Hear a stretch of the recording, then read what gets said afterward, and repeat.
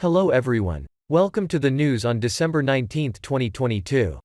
The first one is Russia-related news. West should keep talking to Russia. Putting an end to the ongoing conflict in Ukraine would be much harder without a dialogue with Moscow, the German Chancellor warns. The Western nations should never walk out of talks with Moscow, regardless of how big the differences between the two sides are, German Chancellor Olaf Scholz told Germany's SZ newspaper in an interview published on Friday. Dropping out of any talks with Moscow would only make the task of ending the ongoing conflict in Ukraine harder, the Chancellor believes. What is important is that, despite major differences in our positions, we do not let the thread of talks with Russia be broken, Scholz said, adding that, if we do not talk, Russia would be even less likely to end the war. The Chancellor still blames Moscow for its ongoing conflict with Kiev and maintains it is Russia that should be proactive in halting military action. Yet, the Chancellor also advocates a negotiated solution rather than a military one. For this, it will be necessary to talk, he told SZ. When asked about when there could be a window for negotiations, Scholz said that the time has actually long since come. The Chancellor also expressed his hope that, once this war is over and we are dealing with a different Russia, capable of making peace, we may be able to live together again. He did not elaborate on what he meant by a different Russia. Scholz also and once again outlined Berlin's position on arms deliveries to Ukraine, saying that Germany would send modern weapons to Kiev but would also seek to prevent a direct confrontation between NATO and Russia, and would not take any steps in the field of military aid alone. The German Chancellor has repeatedly called for continued dialogue with Moscow, arguing that it was the only viable option for ending the fighting in Ukraine.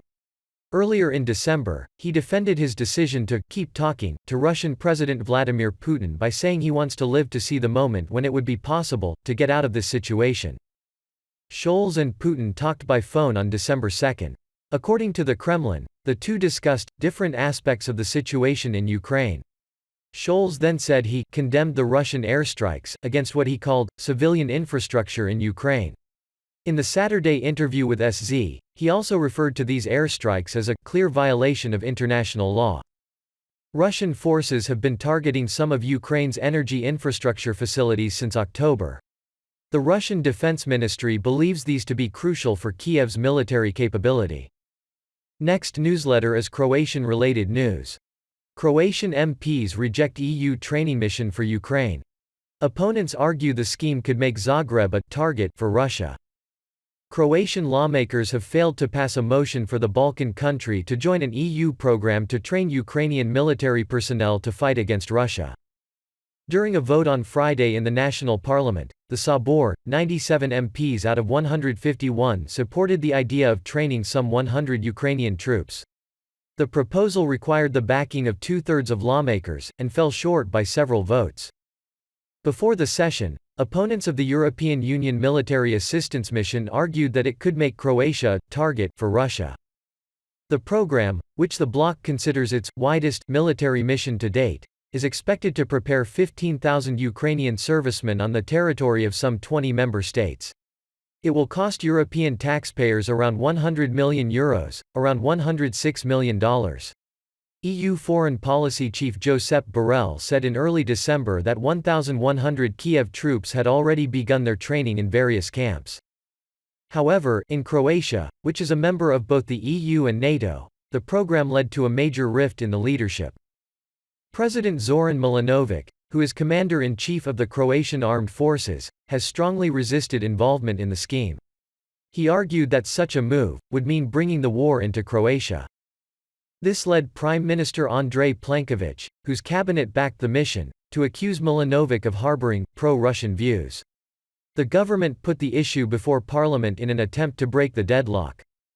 The eventual vote by the MPs reflects the overall split in Croatian society, with recent polls showing that some 60% of the population were against the country training Ukrainian troops. Moscow has repeatedly said that weapons and other forms of assistance that Kiev has been receiving from the EU, US and other countries will not affect the outcome of the conflict in Ukraine, but will only prolong the fighting and increase the risk of a direct confrontation between Russia and NATO. Next newsletter is Serbia-related news. Relations between EU and Serbia look like marriage starting with adultery. Brussels offers Belgrade bright future, while committing anti-Serbian provocations, a Russian foreign ministry spokeswoman said. The EU is betraying Serbia by offering the prospect of accession to Kosovo, Russian foreign ministry spokeswoman Maria Zakharova has said. A summit between the bloc and Western Balkan states early this month has been followed by a spike in tensions between Serbia and Kosovo, she wrote in a Telegram post on Sunday, suggesting that Brussels' actions may have played a role in aggravating the situation. At the summit in the Albanian capital of Tirana on December 6, Brussels stated that both Serbia and its breakaway region of Kosovo have a European perspective. A week later, Kosovo authorities arrested an ethnic Serbian former police officer, sparking protests among Kosovo Serbs.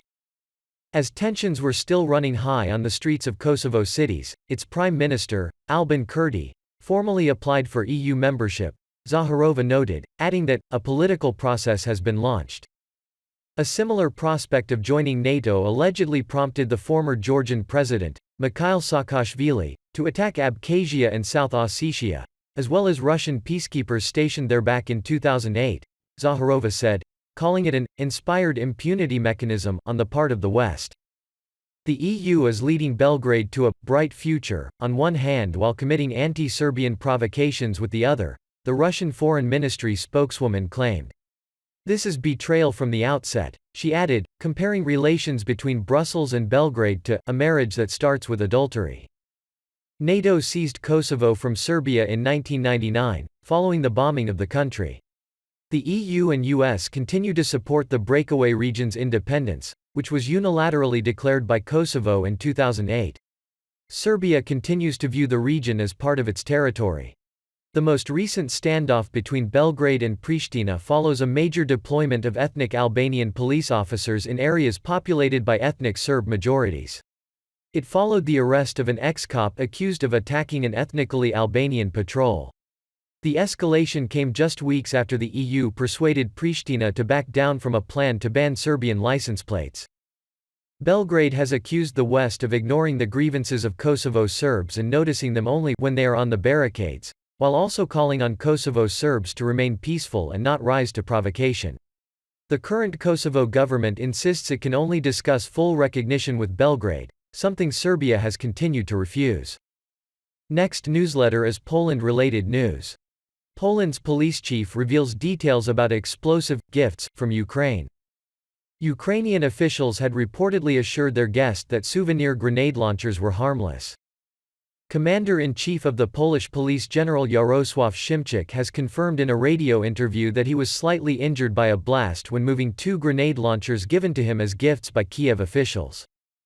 The explosion, which occurred inside the police headquarters in Warsaw on Wednesday, was first reported by the Polish Interior Ministry. The blast caused damage on 3 floors of the building, but there was no fire, media said.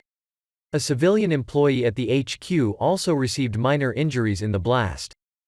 When I was moving the used grenade launchers, which were gifts from the Ukrainians, there was an explosion, Szymczyk told Poland's RMF-FM radio on Saturday. The explosion was powerful, the force of the impact went through the floor and damaged the ceiling.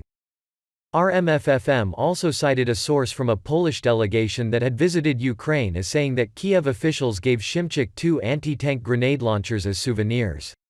The weapons were likely German-made Matador launchers, also known as RGW-90s. According to the source, the Ukrainian side had also assured Szymczyk that the launchers were inoperable and harmless. The first launcher was reportedly given to Szymczyk by Igor Klemenko, Ukraine's top police officer. The weapon was said to have been used to fire at a Russian tank and later converted into a loudspeaker. The second launcher was presented to the Polish police chief by General Dmitry Bendar, the deputy head of Ukraine's emergency services, RMF-FM reported. Szymczyk is now expected to be questioned as a witness by the prosecutor's office, according to the outlet. Poland has been among Ukraine's top supporters since Russia launched a military operation in the neighboring state in late February. Warsaw has delivered heavy weapons to Kiev, including more than 200 Soviet-designed T-72 tanks, and multiple Polish officials have traveled to Ukraine. Moscow has also claimed that Polish mercenaries have been actively fighting in Ukraine. Thanks for watching. Please click like and subscribe for new update.